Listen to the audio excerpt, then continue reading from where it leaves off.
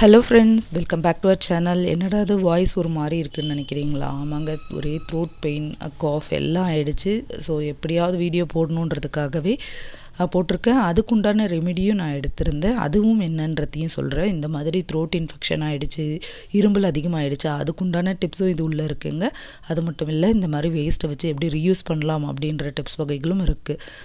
Shirts pant எல்லாமும் ஈஸியாக குயிக்காக எப்படி மடிச்சிடலான்ட்டு ஒரு டிப்ஸ் இருக்குது. அதையும் வீடியோவை ஸ்கிப் பண்ணாத கடைசி வரைக்கும் பாருங்கள். கண்டிப்பாக இந்த வீடியோவில் இருக்க டிப்ஸ் எல்லாமே உங்களுக்கு பயனுள்ளதாக தான் இருக்கும். குறிப்புகள் ஆயிரும் அதில் சில உங்களுடன். இன்றைக்கி பார்க்க போகிற இந்த குறிப்புகள் எல்லாமே உங்களுக்கு யூஸ்ஃபுல்லாக இருந்தால் ஒரு லைக்கும் ஷேரும் பண்ணுங்கள். வாங்க வீடியோக்குள்ளே போயிடலாம். ஃபஸ்ட்டு ஸ்டெப்ஸே பார்த்தீங்கன்னா, இந்த மாதிரி த்ரோட் இன்ஃபெக்ஷனோ இரும்பல் எல்லாமே அதிகமாக இருக்கா, கண்டிப்பாக வீட்டிலேயே இந்த மாதிரி செஞ்சு எடுத்துக்கலாங்க. இஞ்சி நல்லா வாஷ் பண்ணி தோல் நீக்கி இந்த மாதிரி பீஸாக கட் பண்ணி எடுத்துக்கலாம். அதை ஒரு மிக்ஸி ஜாரில் போட்டு நல்லா ஃபைன் பேஸ்ட்டாக அரைச்சிக்கலாம். இது வந்து நான் ஒரு 1/4 kg இஞ்சி எடுத்துருக்கேங்க.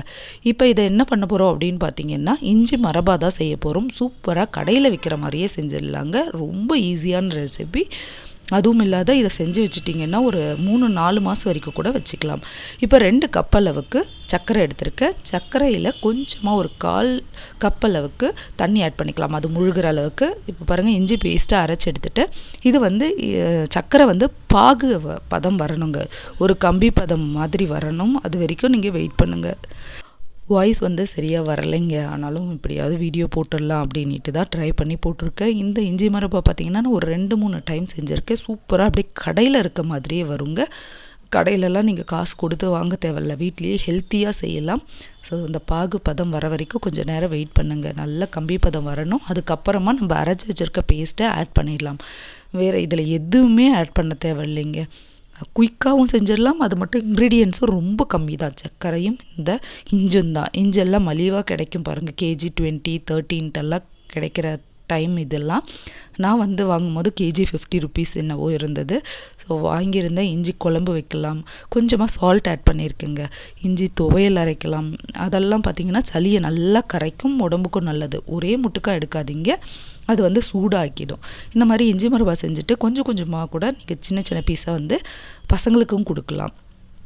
பாருங்களேன், நல்லா இந்த மாதிரி கரைஞ்சி வரணும். இது வந்து நம்மளுக்கு நல்லா உருண்டு வர மாதிரி இருந்தால் மரபா நல்லா வரும். இன்னும் கொஞ்சம் நேரம் ஆகட்டும். இப்போ நான் எடுத்து காமிக்கிறேன் பாருங்கள். கரையக்கூடாது, தண்ணியில் போட்டால் அது வந்து கரையக்கூடாது. பசங்களுக்கு வந்து இஞ்சாக வந்து பிடிக்காதுங்க.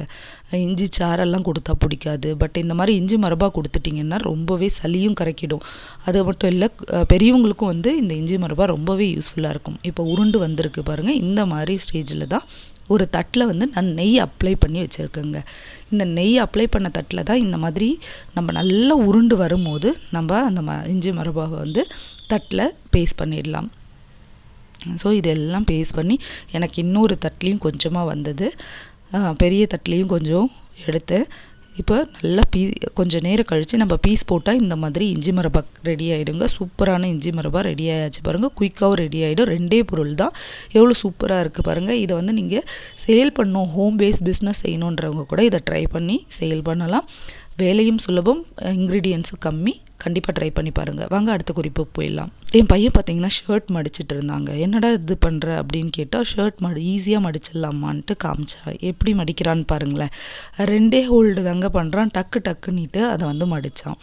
ஸோ இது உங்களுக்கும் ஷேர் பண்ணலான்ட்டு தான் ஷேர் பண்ணியிருக்கேன். எந்த இடத்துல 2 இடத்துல பிடிக்கிறான் அப்படின்றதையும் காமிக்கிற பாருங்களேன். மேலேயும் அந்த கீழே அந்த செஸ்டாண்டியே பிடிச்சி அப்படியே ஹோல்ட் பண்ணி கீழே இருந்து எடுக்கிறான். அப்புறம் பார்த்திங்கன்னா கரெக்டாக வந்துடுது. அதை வந்து மடித்து போட்டால் சூப்பராக ரெடி ஆகிடுது. ஷர்ட் மடிக்கிறது இவ்வளோ ஈஸியாக இருக்குது பாருங்கள். கண்டிப்பாக ட்ரை பண்ணி பாருங்கள். அதே மாதிரி தாங்க பேண்ட்டும் மடிச்சிருந்தான். அதுவும் வந்து எங்கேயாவது வெளியே போகணும் அப்படின்னு நினச்சி நம்ம ட்ரிப்பெல்லாம் போவோம் இல்லைங்களா, அப்போல்லாம் இந்த மாதிரி மடித்து நீங்கள் குயிக்காக ரெடி பண்ணி நல்லா சூட்கேஸில் பண்ணிடலாம்.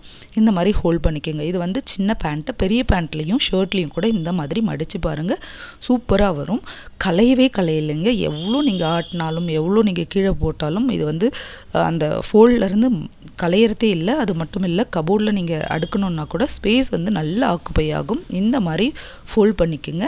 ஃபோல்ட் பண்ணிவிட்டு இதை ஒரு ரோல் பண்ணி இது உள்ளே வந்து கீழே இருக்க பார்ட்டை எடுத்து நம்ம உள்ளே வச்சிட்டோம்னா அவ்வளோ சூப்பராக மடிப்பு கலையாத அப்படியே ஒரு பாக்ஸ் மாதிரி இருக்குங்க. இது உள்ள நீங்கள் வந்து எது வேணாலும் வச்சுட்டு கூட போகலாம்.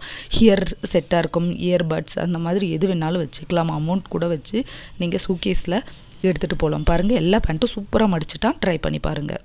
அடுத்ததாக பார்த்தீங்கன்னா வேஸ்ட்டு பாக்ஸஸ் இந்த மாதிரி இருக்கும் இல்லைங்களா, ஏதாவது ஸ்வீட் வாங்கியிருப்பீங்க இல்லை ஹோட்டல்ஸில் வந்து குருமா ஏதாவது கொடுத்துருப்பாங்க. இந்த மாதிரி பாக்ஸை வச்சு என்ன பண்ணலாம் அப்படின்னு பார்த்தீங்கன்னா, இந்த கேப்பில் வந்து இந்த மாதிரி ப்ரீஹீட் பண்ண வந்து நைஃபை வச்சு ஹோல்ஸ் போட்டுக்குங்க. நைஃப் வந்து அந்த எட்ஜ் வந்து உள்ளே போகிற அளவுக்கு இந்த மாதிரி கொஞ்சம் ஹோல்ஸ் போட்டுக்கிட்டு எல்லா இடத்துலையும் போட்டு எடுத்துக்கோங்க. இதை வச்சு நீங்கள் என்ன பண்ணலாம் அப்படின்னு பார்த்தீங்கன்னா, இதே மாதிரி பாட்டமில் போட்டு சோப் ட்ரைக்கு வச்சுக்கலாம். அப்படி இல்லைன்னா நம்ம சாமான் வளர்க்குற ஸ்க்ரப் ட்ரைக்காக வச்சுக்கலாம். பேஸில் போட்டு அந்த ஒயிட் கலர் பாக்ஸ் இருக்குது இல்லைங்களா, அதில் போட்டு கூட நீங்கள் ட்ரை பண்ணுறதுக்கு நம்ம சிங்க்கு பக்கத்துலேயே கூட வச்சுக்கலாங்க. இன்றைக்கி நான் பார்க்குறது எதுக்கு அப்படின்றதையும் நான் சொல்லிடுறேன். இந்த மாதிரி ஹோல்ஸ் போட்டுட்ட பிறகு கேப் க்ளோஸ் பண்ணிவிட்டு இது உள்ளே பார்த்திங்கன்னா ஸ்பூன்ஸ் எல்லாம் நம்ம ஆர்கனைஸ் பண்ணி வச்சுக்கலாங்க. அதை பாருங்களேன், இந்த மாதிரி எல்லா ஸ்பூன்ஸும் வந்து நம்ம கிச்சனில் சைடில் வந்து வைக்கணும் அப்படின்னா கூட நம்ம இந்த மாதிரி ஸ்பூன் ஆர்கனைசராக இந்த பாக்ஸை யூஸ் பண்ணிக்கலாம். ஃபுல் ஸ்பூன்ஸாக இருக்கட்டும், குட்டி ஸ்பூன்ஸ் எல்லாம் கூட இந்த மாதிரி நம்ம ஃபிக்ஸ் பண்ணி வச்சுக்கலாம். சூப்பராகவும் இருக்கும். அப்புறம் ஸ்பேஸும் நல்லா ஆக்குபை ஆகும். சைடில் நீங்கள் வச்சுட்டிங்கன்னா, அப்படி இல்லைன்னா டைனிங்கில் கூட வச்சிடலாம். கண்டிப்பாக இந்த மாதிரி வேஸ்ட் பாக்ஸ் வச்சு நீங்களும் ட்ரை பண்ணி பாருங்கள். ஏதாவது ரியூஸ் ஐடியாஸை எனக்கும் அதை ஷேர் பண்ணுங்கள். சூப்பராக ரெடி ஆயாச்சு. வாங்க அடுத்த டிப்ஸ்க்கு போயிடலாம். அரைக்கீரை, தண்டுக்கீரை, இந்த மாதிரி எந்த கீரை வாங்கினீங்கனாலும் கீரையை எடுத்து நீங்கள் கடைஞ்சிடுவீங்க இல்லைங்களா. ஸோ இதெல்லாம் கடைஞ்சிட்ட பிறகு அந்த தண்டை நீங்கள் வச்சுருப்பீங்க, அதை எடுத்து ரிமூவ் பண்ணி போட்டுருவாங்க. ஒரு சிலர் வீட்டில் கடையறத்தில் யூஸ் பண்ணியிருப்பீங்க. அந்த மாதிரி கடையறத்தில் யூஸ் பண்ணும்போது வெறும் கீரையை மட்டும் கடைஞ்சிட்டு நான் தண்டை மட்டும் எடுத்திருந்தேங்க. அரைக்கீரையிலையும் தண்டுக்கீரையிலையும் எடுத்திருந்தேன். அதை வந்து என்ன பண்ணியிருக்கேன் அப்படின்னு பார்த்தீங்கன்னா, பருப்பில் வந்து போட்டு வேக வச்சு கூட்டு மாதிரி தாங்க எடுத்திருக்கேன். சிறு பருப்பில் ஒரு வெங்காயம், அப்புறம் காஞ்ச மிளகாய், அப்புறம் இந்த தண்டை ஃபுல்லாக போட்டு 2 விசில் விட்டு இறக்கியிருக்கேன். இறக்கிட்ட பிறகு தாளித்து கொட்டியிருக்குங்க.